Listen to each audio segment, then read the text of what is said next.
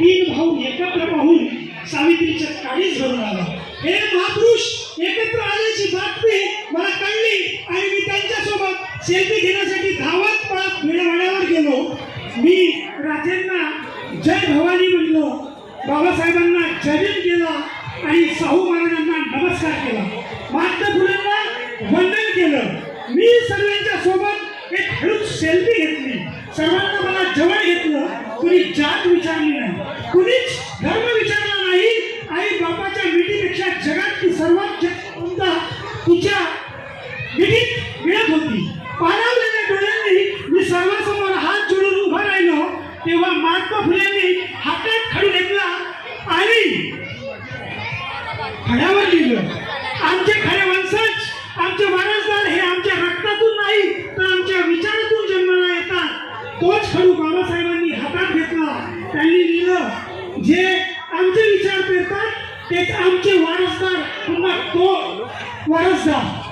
तोच खडू त्यांना शिवाकडे दिला आणि महाराजांनी लिहिलं, जो प्रत्येक स्त्रीमध्ये आई बहीण शोधतो तोच माझा मावळा आणि तोच माझा वारसदार. नंतर शाहू महाराजांनी त्यांच्या खाली लिहिलं, जे माणसावर माणसासारखे प्रेम करतात, माणसासारखे प्रेम करतात तेच वारसदार. आणि मग सावित्र्यांनी लिहिलं, आमचे विचार पेरले आणि आपण पुन्हा पुन्हा त्याच बाबतीत उगवून राहून त्याचा हळूच आम्ही तोच एक प्रयोग करायचा आम्ही विचार केला आणि तोच प्रयोग घेऊन येत आहोत आपल्या पुढे, ज्याचं नाव आहे, ज्या नाटकाचं नाव आहे ज्योतिबा का संघर्ष. आणि ज्योतिबाच्या भूमिकेमध्ये येत आहेत रॉकी गुटके. सावित्रीच्या भूमिकेमध्ये आपल्या समोर येत आहेत माधुरी मेश्राम. राखी गुटके हे इंजिनियर आहेत आणि नेहमीच महाराष्ट्र अंधश्रद्धा निर्मूलन समितीच्या कार्यामध्ये सतत कार्यरत असतात. माधुरी मेश्राम या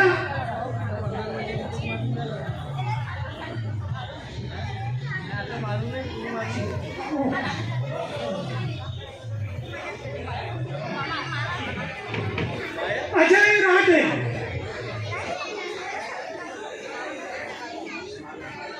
श्वेता पाटील, चंद्रा मोडघरे,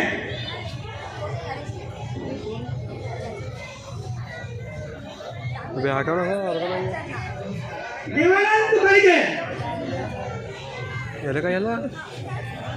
चंद्रशेखर मेश्राम, हा बंदा मोठी ब्राह्मण बनला.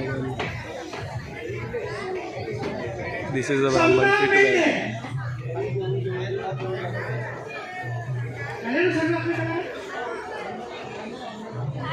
एवढे ना मावन नाही एवढे सगळं. गंगाराताई लांजेवर, राशी या राशी या.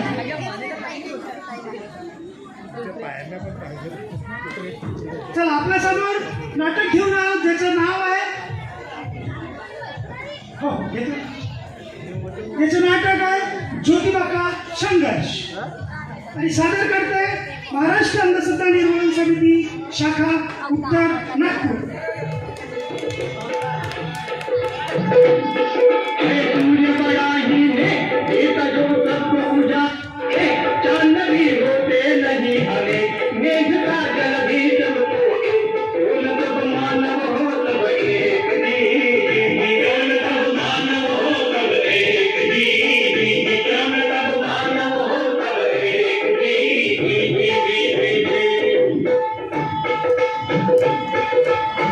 मनुष्य है ईश्वर का वरदान, सभी को धीर जाए एक समान.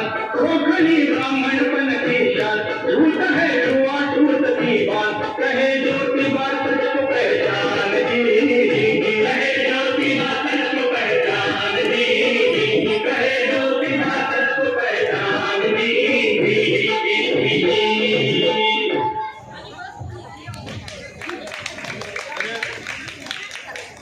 महात्मा ज्योतिबा फुले को 19वीं सदी का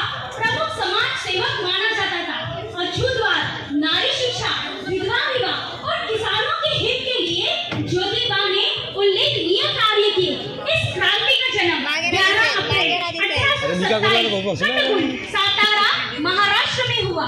वो माली समाज से थे, जिस समय दलितों, शूद्रों और महिलाओं को शिक्षा में पूरी तरह पाबंदी थी।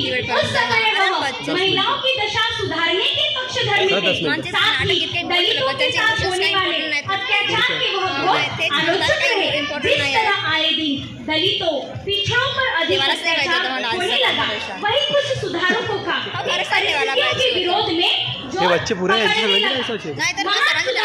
ज्योतिबा फुले 1873 में सत्यशोधक समाज म्हटलं की होतं ना स्थापना त्यांना की, 45 जिसका मिनिट एक ऐकलं होतं, पण हे लोक 15 मिनिटं मनुष्य म्हणत को होते. विषमता के बंधन से मुक्त कर उन्हें प्रतिष्ठा उत्पन्न कराना था। पहले दृश्य में हम देखेंगे ज्योतिबा फुले इनके जीवन में घटी हुई एक घटना को। ज्योतिबा फुले को उनके मित्र दामोदर ने उनकी बारात में बुलाते हैं और बारात में ज्योतिबा का घोर अपमान होता है और उन्हें गाली गलौज कर अपमानित किया जाता है। ऐसे ही क्रांतिकारी शोधक सत्य शोधक बदलाव की शुरुआत प्रस्तुत करते हैं आपके सामने। तूच माग भाऊ आहे. बऱ्याला कुठे दिसलं कुठे गेलं तर तू एवढं मोठं बसून उचलत हेलो हेलो हेलो। अरे स्त्रियों, हाँ. अरे दूल्हे को ले आओ, दूल्हा किधर है उसकी यार? तैयारी कर दो। अबे कसा फोकस आहे जरा छुटिया. अरे भाई अच्छे से। और शादी की बारात जल्दी जल्दी निकलना चाहिए, विलम्ब होते जा रहा है।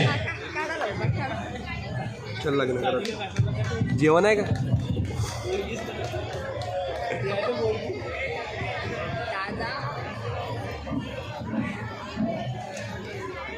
जितते जितते चलो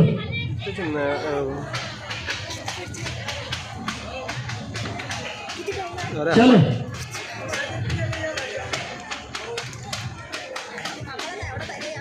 ए लड़के, कौन है तू और कहाँ से आया? नागपूर. क्या नाम है तेरा? मेरा नाम ज्योतिराव फुलमाले है और मेरे मित्र दामोदर ने बोला, ये क्या बोल रहा है तू?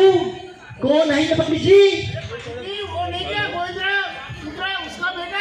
अरे वो अछूत। अरे अरे अरे अरे अरे अरे अरे उस अछूत को क्यों बोला है तुमने? देखो, अरे कहाँ लेके चलते? अभी देखो ना, शादी में उसने विघ्न डाल दिया है। नहीं नहीं रुको, नहीं रुको रुको, पकड़ो उसको, भागने मत देना उसको। क्यों दामोदर, ये मैं क्या सुन रहा हूँ कि तुझे ऐसे लोगों की जरूरत पड़ती है? हम ब्राह्मण मर गए क्या? तुझे पता है ना कि ब्राह्मणों के बारात में कोई नहीं आ सकता, हम श्रेष्ठ ब्राह्मण गिने जाते हैं। और ऐसे लोगों के साथ दोस्ती, मूर्ख कहीं का। क्या सवा करने का? अभी इसके वजह से तेरी शादी नहीं होगी, तू जन्म भर कुंवारा रहेगा, कुंवारा ही बनेगा। मूर्ख।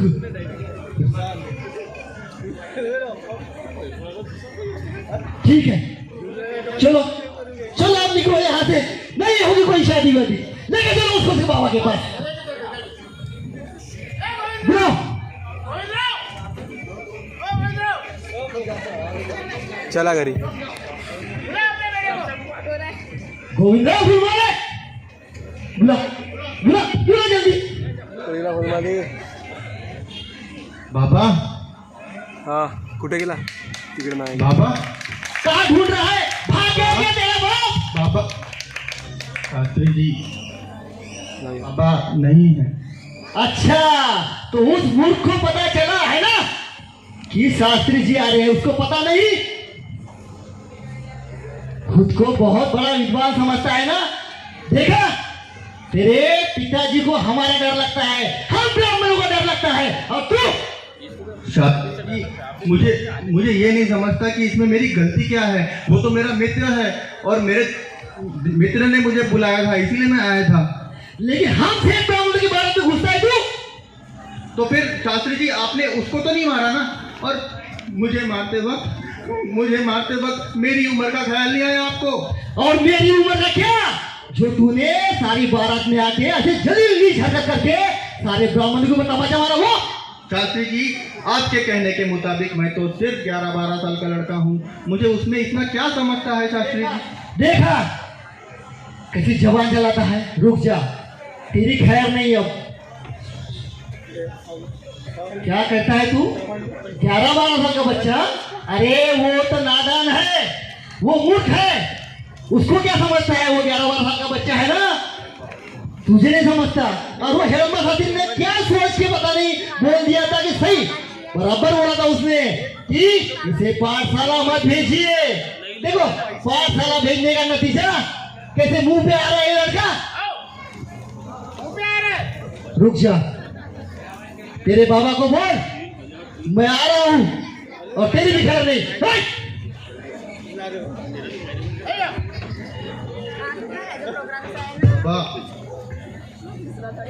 कोयला बाबा बाबा बाबा ये बाबा कुठे गेला बाबा झाले कोणतरी ज्योति, बाबा बाबा बाबा हा बाबा भी बनला का? ये क्या हुआ ज्योति, तू रो क्यों रहा है? और मुझे बाहर से पता चला है कि तू शास्त्री जी से लड़ रहा था। हाँ यार तुझे समझता नहीं, हम माली समाज से है, हमें अपनी मर्यादा को पालन करना चाहिए। बाबा किस माली समाज की बात कर रहे हैं आप बाबा? अरे मैं एक अकेला माली समाज का नहीं हूँ, मैं तो एक हिंदू हूँ और वो भी एक हिंदू है। बाबा एक हिंदू को दूसरे हिंदू की शादी में जाने के लिए अनुमति लेनी पड़े, ये कैसा पापी धर्म है बाबा? देख ये मैं कुछ नहीं जानता, अपनी चलती हुई बाप दादा की प्रथा को हमें नहीं तोड़ना है। हमारे यहाँ ऐसे होता है। बाप दादाओं ने दी गई प्रथा, बाप दादाओं ने दी गई प्रथा, हमें इस प्रथा को तोड़ने की आदत डालनी चाहिए। कोई भी धर्म ग्रंथ किसी भी धर्म का देवदूत नहीं होता। फोकस करो, जब ये बात अपने लोगों को समझ में आएगी तो अभी देश का युवा जागेगा और कहेगा कि बात यही मेरा भारत देश है, अब मुझे इसको आगे लेके चलना है। ज्योतिबा, अब तेरे जीवन में एक ही कार्य है, अपने लोगों को शिक्षित करना। देखा आपने बारात में ज्योतिबा का अपमान हुआ और किस प्रकार से समाज परिवर्तन का चक्र शुरू किया गया। ब्राह्मण से अपमानग्रस्त ज्योतिबा राव ने पाठशाला खोलकर बहुजनों, दलितों और महिलाओं को शिक्षा देकर अज्ञानता का नाश किया। इसके बाद के दृश्य में हम देखेंगे जिसमें ज्योतिबा स्त्री और पुरुष दोनों को ही एक समान मानते थे, इसलिए उन्होंने स्त्रियों की दशा सुधारने के लिए और समाज में उन्हें पहचान दिलाने के लिए एक पाठशाला खोली। ऐसा ही एक दृश्य प्रस्तुत करते हैं आपके सामने।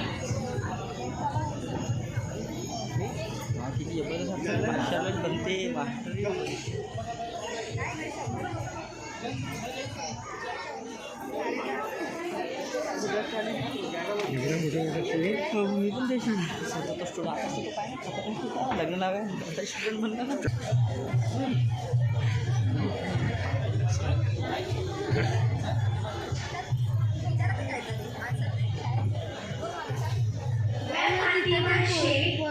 सावित्रीबाई फुले और ज्योतिबा फुले के विचारों से प्रेरित होकर इस पाठशाला में पढ़ने आई हूँ।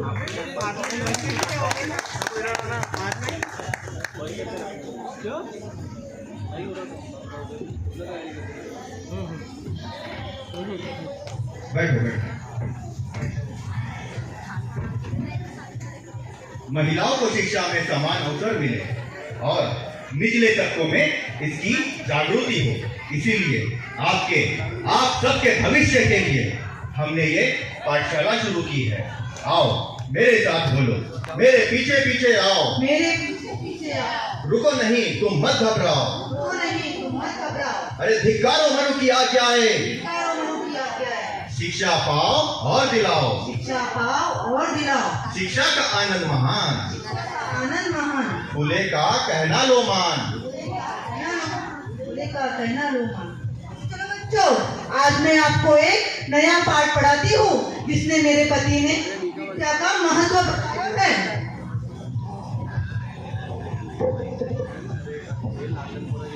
पहले मैं बोलती हूँ, आप मेरे पीछे पीछे बोलिए। बोले विद्या विना मति के लिए, मति विना नीति के लिए, नीति विना गति के लिए, गति विना वित्त के लिए, वित्त विना शूद्र खतरे आणि एवढे मोठे अनाथ एका अविद्येने केले। दीदी इसका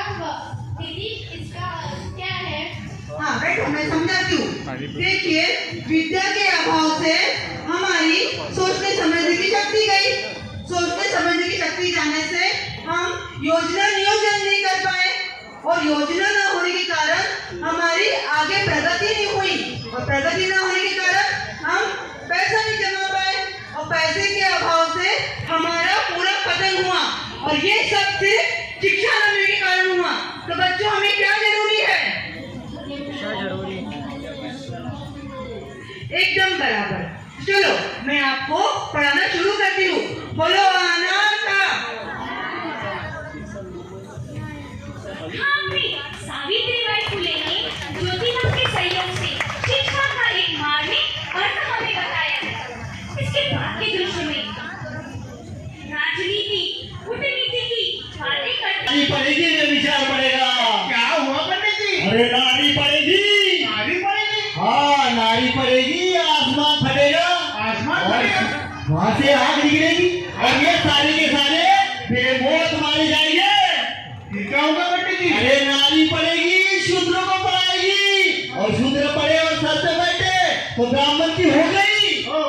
अरे नारी पढ़ेगी में विचार पड़ेगा, नारी पढ़ेगी में विचार पड़ेगा। नारी पड़ेगी, वाह, देखा पंडित जी,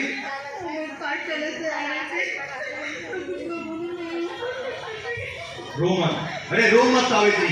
इनका समाज तो हम पे कीचड़ और पत्थर ही देख सकता है और घटी का सकते हैं ये लोग। सावित्री तुम सर उठा के चलो सावित्री।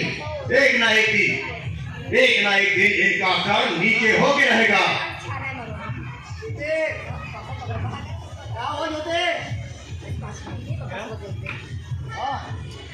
क्या हुआ? कुछ नहीं बाबा। तो फिर ये बहू रो क्यों रही है? और ये साड़ी पे ये गोबर और कीचड़ ये कैसा? कुछ नहीं बाबा, वो पाठशाला से लौट रही थी तो कुछ ब्राह्मणों ने और लोगों ने उसमें पत्थर और कीचड़ फेंक दिए बाबा। तो क्या फूल बरसाएंगे? देख ज्योति, तुझे भी तो बाहर कहा है, ये धर्म का मामला है, तू बीच में टांग मत अड़ा।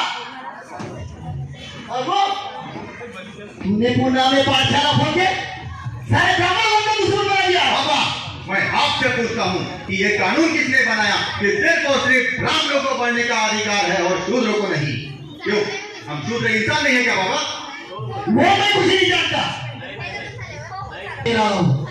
अगर तूने मेरी और अन्य लोगों की आज्ञा का पालन नहीं किया तो तुझे और तेरी पत्नी को इस घर में कोई जगह नहीं है।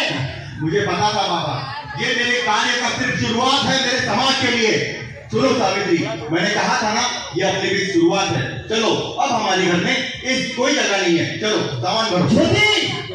ज्योति सुन बेटा, अरे तू पागल हो रहा है, नीरज पागल मत जा। सुन ले मेरी बात। देखा आपने ज्योतिबा ने अरे इसकी उम्र तो खेलने कूदने की है, ना कि शादी करने की।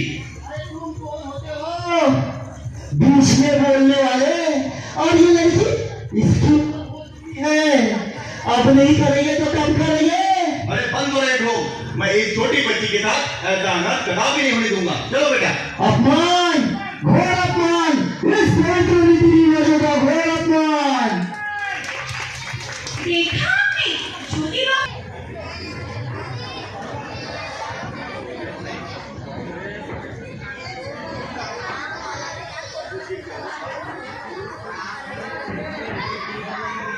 हेलो, ये हंसना डरता नहीं है, पाहून डोक्यात धरण्यासारखं आहे. तेव्हा तुम्हाला समजून येईल की हे काय होत आहे. ले आओ जलाने के लिए ले इधर. उसके पति के साथ उसको जलाने के लिए ले आओ. रुको पंडित रुको, ये क्या कर रहे हो? और ये कैसी परंपरा है? एक जिंदा स्त्री को उसके मरे हुए पति के साथ जला रहे हो? अरे हमारे धर्म ग्रंथों में लिखा है यदि किसी स्त्री का पति मर जाता है तो उसको भी उसके पत्नी के साथ अग्निमुख देनी पड़ती है. ऐसा करने से उसके और उसके पत्नी को उसके पापों से मुक्ति मिल जाती है. अरे बंद करो ये ढोंग, मैं ऐसा कदापि नहीं होने दूंगा. लो अब ये शूद्रों में हम ब्राह्मणों को पाठ पढ़ाएंगे. अरे इसे तो जलना ही होगा. अरे बंद करो ये ढोंग, मैं नहीं मानता ऐसे धर्म ग्रंथों को, ऐसे रीति रिवाजों को, ऐसे धर्म ग्रंथों को जिसमें स्त्री को अपमानित किया जाता है और स्त्री को नीचा दिखाया जाता है.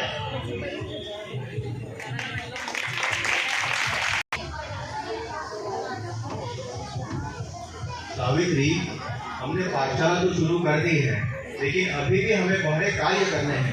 वो दत्ते गुरु जी का जैसे वो एक वो दत्ते गुरु जी तो आ रहे हैं, लेकिन फिर भी हमें चीज से जो कौन है? अगर मुझे मारने से तुम्हारे राम और शिवों का फायदा होता हो तो चढ़ाओ कुल्हाड़ी, चढ़ाओ ना, रुक तू गए. सावित्री, हमने इन्हीं के बच्चों को पढ़ाने का प्रण लिया है. मेरे मरने के बाद इस काम को बंद मत करना. मैंने कहा कि मेरे मरने के बाद भी शूद्रों और महिलाओं को पढ़ाने का काम बंद मत करना. अगर शूद्रों के भलाई के लिए काम करते करते मैं तुम्हारे हाथों मर भी जाऊं तो ये मेरे लिए खुशकिस्मती की बात है. अरे वो क्यों बताएंगे? वो तो तुम्हारा इस्तेमाल करते हैं इस तरह कि तुम अपने ही हाथों अपने ही लोगों का सफाया कर सको. अरे 1000 रुपए की कीमत तुम्हें कब तक पूरी पड़ेगी? तुम्हें क्या लगता है तुम्हारे बेटे नाती पोते तुम्हारी तरह चोर हत्यारे डकैत बने और जंगलों में रहकर जिंदगी बिताए इंसान ना बने? अरे 1000 रुपए की कीमत ज्यादा है या तुम्हारे संतान की जिंदगी? जरा सोचो.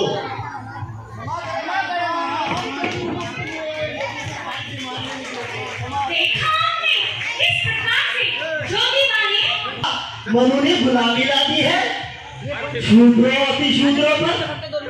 और ये तुम्हारा कैसा दावा कि वेदों को भगवान ने नहीं लिखा? मेरा पूर्ण विश्वास है और मेरा ये दावा भी है कि इस संसार की किसी भी पुस्तक को किसी भी भगवान ने नहीं लिखा. और शूद्र और अति शूद्र को तो इससे दूर ही रहना चाहिए, क्योंकि यही है जो शूद्रों को बेड़ियों में जकड़ते हैं. ज्योतिबा, तुम ब्राह्मणों के खिलाफ हो. मैं ब्राह्मणों के खिलाफ नहीं हूँ, बल्कि कुछ ब्राह्मणों को तो मैं अपना भाई मानता हूँ. मुझे सिर्फ और सिर्फ उनकी सोच से तिरस्कार है हिरम शास्त्री. मैं ब्राह्मणों के नहीं, मैं सिर्फ ब्राह्मणवाद के खिलाफ हूँ. देखो देखो, ऐसे घटिया और गाली गलौज वाली किताब लिखकर ना ही तुम देश का भला कर सकते हो, ना ही अपने अन्य लोगों की सेवा. हिरम शास्त्री, आप खुद को विद्वान मानते हो, लेकिन आप में से एक भी ऐसा नहीं है जो मेरे सवालों के जवाब दे सके. अरे पूरा विद्वानों का शहर माना जाता है, लेकिन आपकी घटिया सोच की वजह से वो शांति जाती रहेगी. अरे तुमसे तो बहस करना ही बेकार है. जाने लो शास्त्री, आप हमारे साथ नहीं चलकर इस देश को डुबो रहे हो.